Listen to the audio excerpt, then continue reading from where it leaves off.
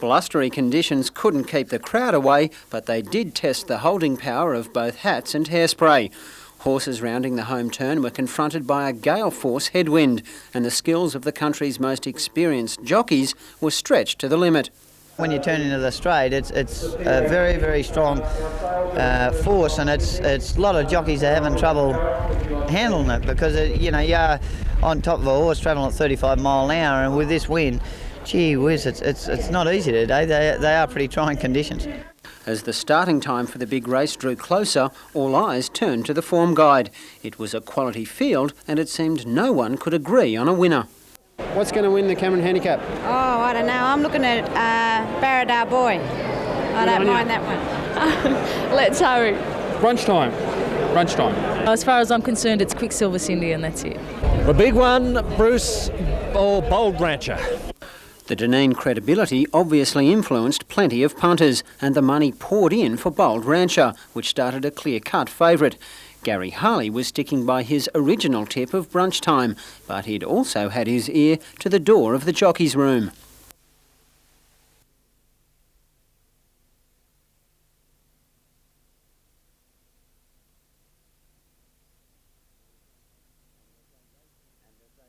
And as they raced into the home straight, Jim Cassidy proved he was a man of his word.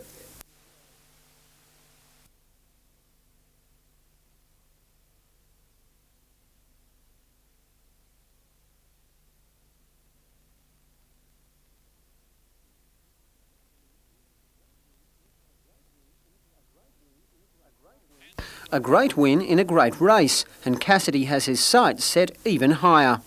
Looking at the time today, he's run 23.7, and which is only just outside the race record, and a very, very strong wind here today. So I think had it been a still day, he may have smashed the race record. So that's a good indication of the quality that he is, and I certainly think he could be in a race like the Epsom right up to his ears. NBN chairman Jim Milner and wife Jean made the presentation to QuickScore's owners, who now have 68,000 reasons to smile. Successful punters had to be content with a little less. The winner paid $3.70 and $1.80, Be Able returned $8 even, and the local roughie Barradar Boy paid a handsome $12.50 for third. The Quinella was worth $132.70, the trifecta $3,093 neat. Bruce Mackenzie, NBN News.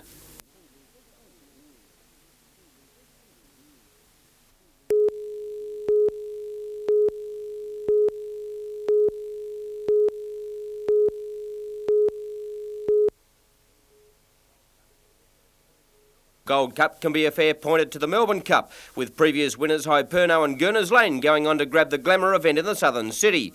This year's Wyong Cup may provide some hints as to the winner, as the first 4 place getters in that race are engaged in the Cup tomorrow. But our fearless tipster Gary Harley fears an invasion from the land of the long white cloud. Highlight number 7, Rural Prince, to be ridden by Jim Cassidy's brother Larry. I think it'll win 1 Equidity for second, a former New Zealander, and I've put in for third the Argentinian horse, number 6, Galilei.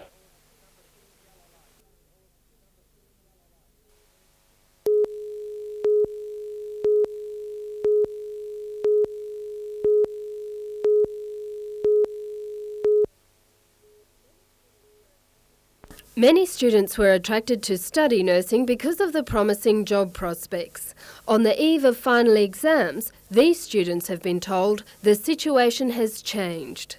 I'm very disillusioned. When we started, there was a surplus of nurses and we were all guaranteed jobs. But now it looks a bit rough. The Director General of the Health Department, Dr. Bernie Amos, recently advised the Newcastle students of the need for them to start looking for jobs as early as possible because there might not be sufficient vacancies. I believe that the students probably were initially rather shocked at receiving that letter, but I think it was a very honest letter in informing the students of the actual situation. The Hunter Area Director of Nursing, Margaret Marks, confirmed that fewer nursing graduates will be able to secure jobs in the Hunter next year. She says up to 42 graduates will be offered places in the region, compared with 70 last year. And to move away, like to go to Queensland or somewhere like that, is going to be really drastic upon me and my family. In his letter to nurses, Bernie Amos says the Health Department's recruitment campaign has proved effective and vacancy rates are no longer as high as they have been. He also blamed the recession for fewer jobs in the public health system. Jane Anderson, NBN News.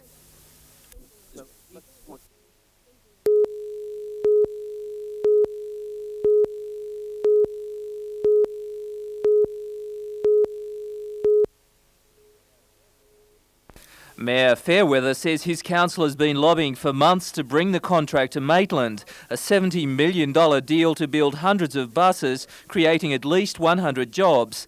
A site at Rutherford had been selected, and according to the mayor, Maitland was the preferred option ahead of a Goulburn bid. But the announcement that Tamworth had got the nod was a complete shock.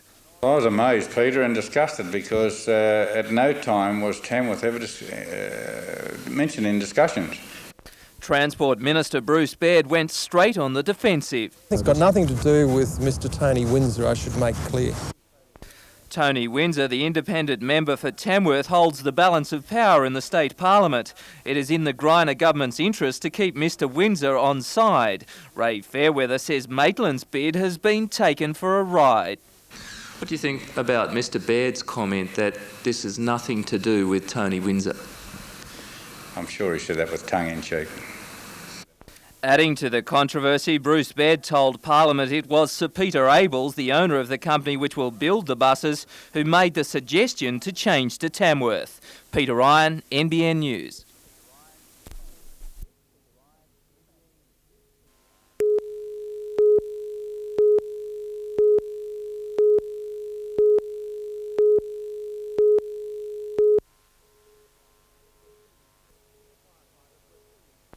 Firefighters were thinly stretched north of the Awabba blaze, battling a number of persistent outbreaks and heavy timber around the West Lakes region. They quickly gained the upper hand in controlling a fire which swept up to the Wakefield Road, threatening to leap across to a number of houses and farming properties. Firemen expect the scene to pose a threat well into the night. Sometimes the fears of residents were unfounded. Despite the terrifying sight of this fire at Windale late today, there was no major cause for alarm. The fire had been deliberately lit by firefighters, backburning up to the property line. So basically the properties here are safe? Yes, they're all safe now, and the area's been cleaned out for another 12 months hopefully. Late today, other small fires were being reported throughout the region. Brigades expect to be busy well into the evening.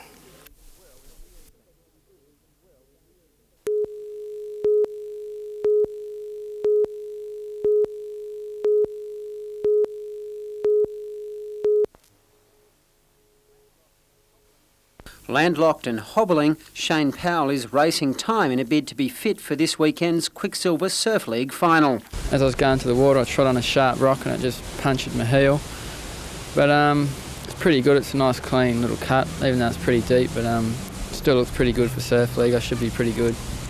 The troublesome heel won't be his only stumbling block. A born and bred Avoca boy, Powell defected to Merewether almost 3 years ago.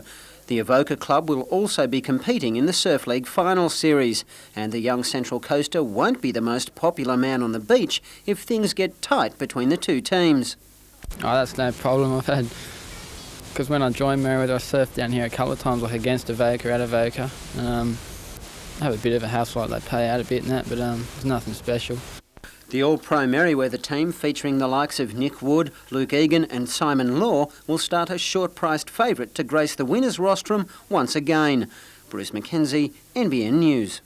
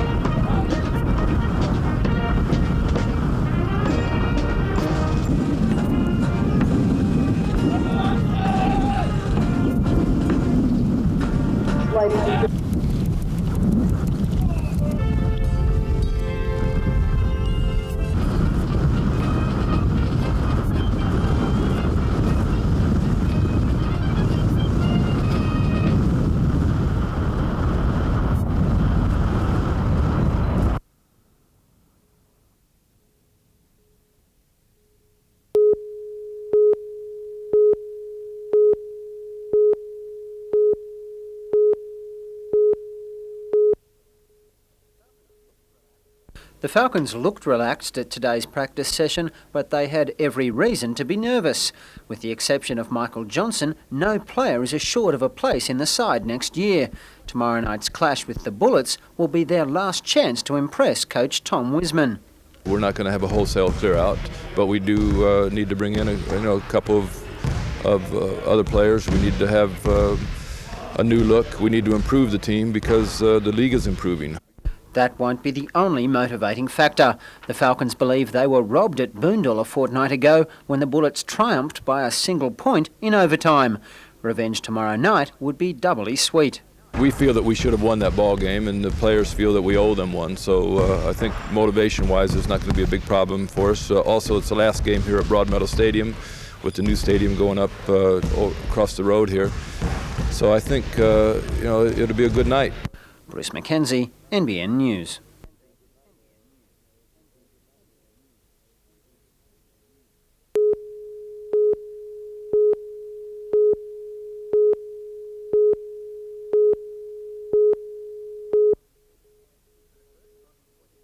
For the first time in 25 years, the competition was held in the Hunter and in the shadows of the Lake Munmora Power Station stacks. 15 six-member teams from around the state took to the field to demonstrate their speed and precision in dealing with a number of mock emergencies. For the real thing, they could be called on to fight a canteen kitchen fire or switchyard blaze belching toxic gases and buzzing with 500,000 stray volts of electricity. Even these practice drills can be rugged, or at least plagued with minor annoying problems.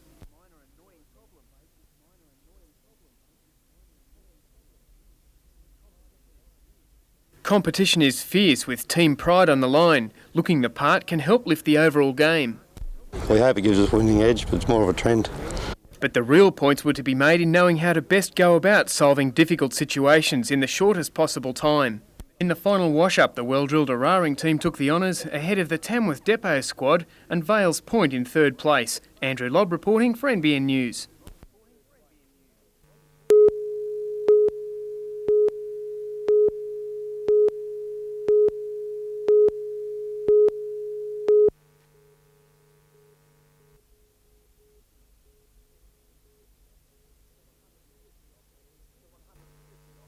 The 150 officers and airmen and women of 3 Squadron have spent long hours rehearsing for this parade, and the show went ahead with full military pomp despite a howling westerly gale which dislodged uniform caps and threatened to bowl over the colour bearer. The Royal Australian Air Force is 5 years younger than 3 Squadron, which was the first to arrive in France from Australia in 1916.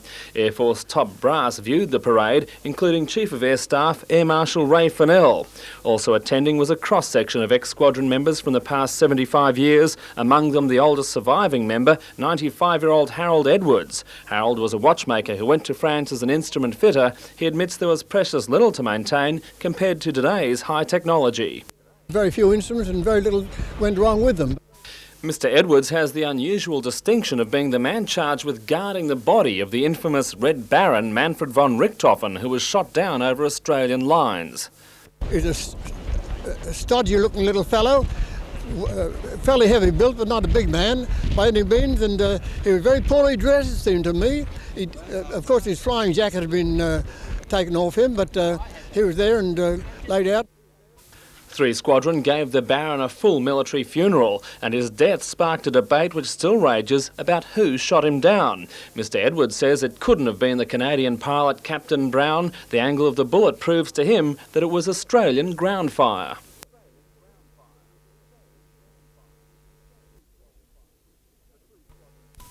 But 3 Squadron's history contains many other stories gathered from several theatres of war, including the Middle East, Malta and Italy during World War II. The squadron now flies Australia's latest in air defence, the F-18A Hornet, an aircraft which Wing Commander David Peach says will serve us well into the future. We train primarily in the air defence role to provide air defence for the country. I don't see the role changing at all.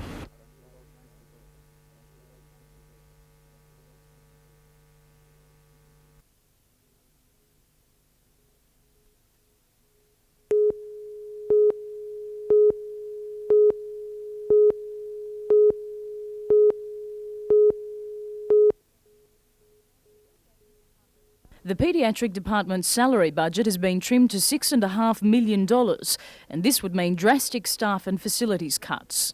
Instead of nurses spending 6.5 hours per patient, they'll be spending 2 hours per patient, and that can only be to the disadvantage of children in the Hunter. And I mean, it's always very dramatic to say that children will die, but this is the sort of scenario which creates an unsafe hospital.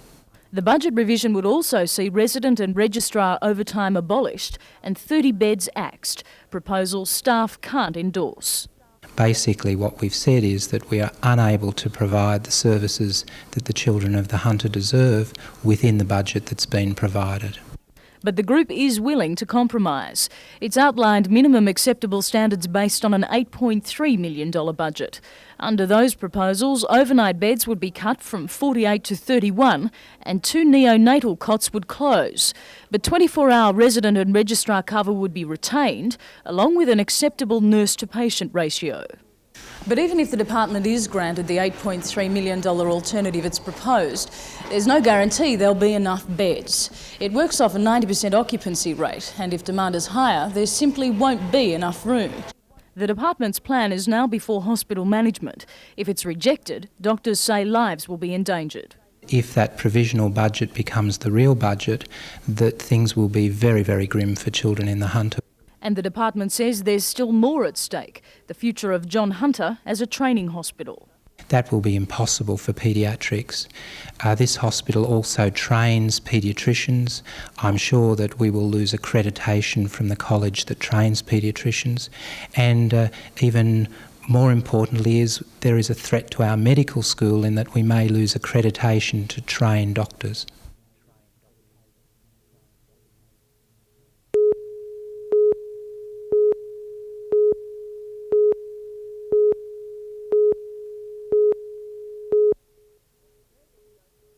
Neighbours noticed the fire in the woman's home at Toukley's Heritage Estate about 8 o'clock last night. The caretaker attempted to put out the fire. Our people subsequently arrived from the Toukley Brigade, extinguished the fire, and sadly we found a deceased person in the main bedroom. Police believe the 51-year-old woman was smoking in bed and the fire was started by her cigarette. This tragedy will add weight to calls for the public to install smoke detectors in homes.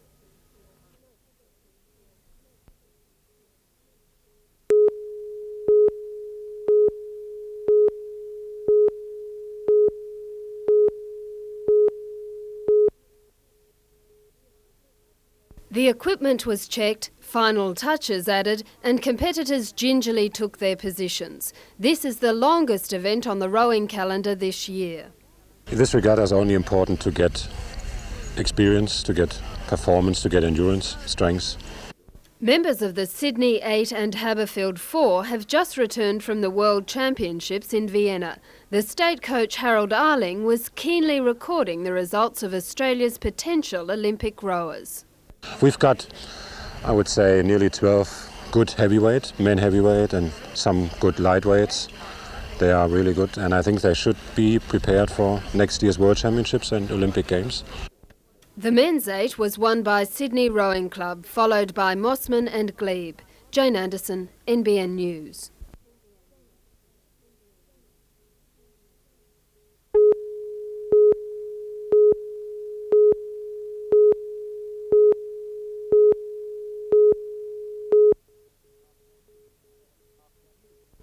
After years of developing a structure more in tune with a company than the public service, the Hunter Water Board has announced it is to be corporatised from next year. Although the board will continue to be owned by the state government, General Manager Paul Broad sees corporatisation as cutting the apron strings with Sydney and giving the service autonomy. We want to have the government clearly define its role with us and us to have our role clearly defined. And in the past there's always been confusion of roles. Corporatisation will do that for us. But the employees are apparently uncertain about the boards and their own future, as shown by a recent opinion poll. Almost 1,000 staff members were surveyed, while subjects such as job satisfaction drew positive results. Other crucial areas leading into corporatisation were given a colder response. Those surveyed are particularly critical of some senior management decisions. Only 31% agree with the general direction the board is taking, and less than a quarter feel that their jobs are secure. I think it's because of the situation of the offer of voluntary redundancy, and also the government's stated intention to forcibly retrench people if they don't take the offer. When you change an organisation where people have a job for life to one where that's not the case, then people will feel a little bit less secure. The union representative is concerned that a poor relationship between management and the workforce in the new corporation will affect services. Unless you get, full commitment from your employees, and that can't be under the current state of play, unless you get that commitment from them willingly, then you're not looking at the best possible outcome from your resources.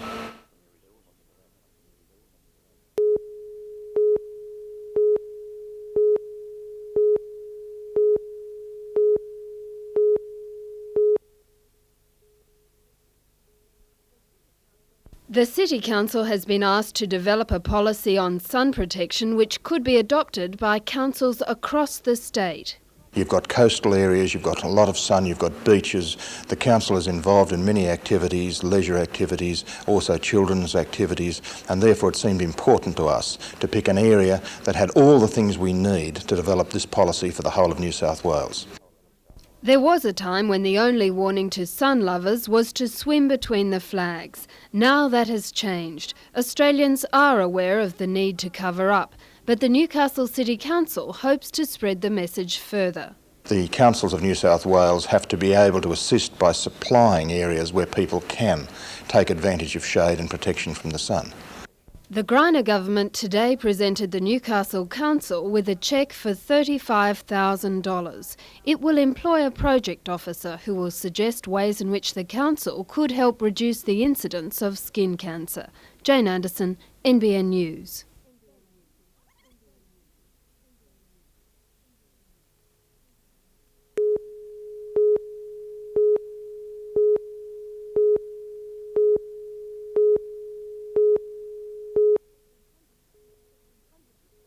Hundreds of people attended the official opening of the village. It's the result of a joint effort between the Gosford District Chamber of Commerce and Industry and the Salvos.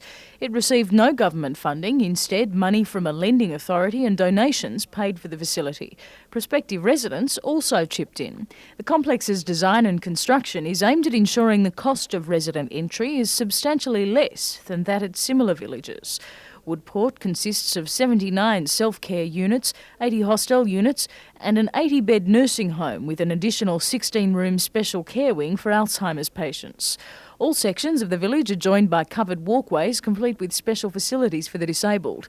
And recreational needs have not been ignored, with the village boasting facilities including an undercover 3-rink bowling green, solar-heated swimming pool and spa.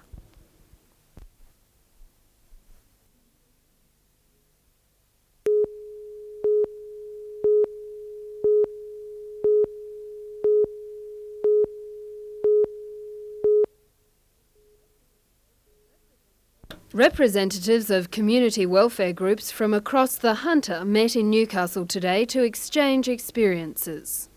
Community groups have been very concerned over the last couple of years at the erosion of their funding, and a lot of them are saying that they're now in crisis. The Hunter Community Council estimates that funding has been reduced by about 10% and support staff with government organisations has been pruned by about 25%. And what it means is that we're already seeing a lot of services having to turn away clients, having to reduce their hours of operation or having to cut back the hours staff work and so on. Newcastle University's Professor of Social Work, Brian English, was critical of the recent decision to relocate the headquarters of the Department of Community Services to Lismore. If you don't have adequate support for your field staff, then your services suffer.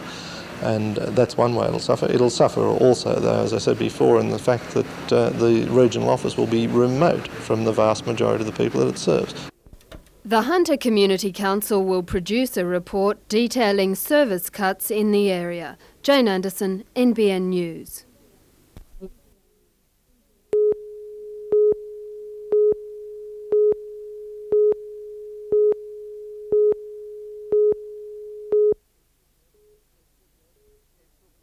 It took less than 30 minutes for the fire to tear through the weatherboard house. Investigators believe the blaze was started probably by a cigarette in a bedroom. A 15-year-old girl was alerted by a smoke detector soon after 8 this morning. When firefighters arrived, they found more trouble. Flames had leapt into the neighbouring property's eaves. Smoke also sucked in through an air conditioning vent. Firemen needed breathing gear to get at the second outbreak. A blaze was controlled in the kitchen, however smoke damage was extensive. The fire was a great shock for local residents, but while the property damage was high, no one was seriously injured.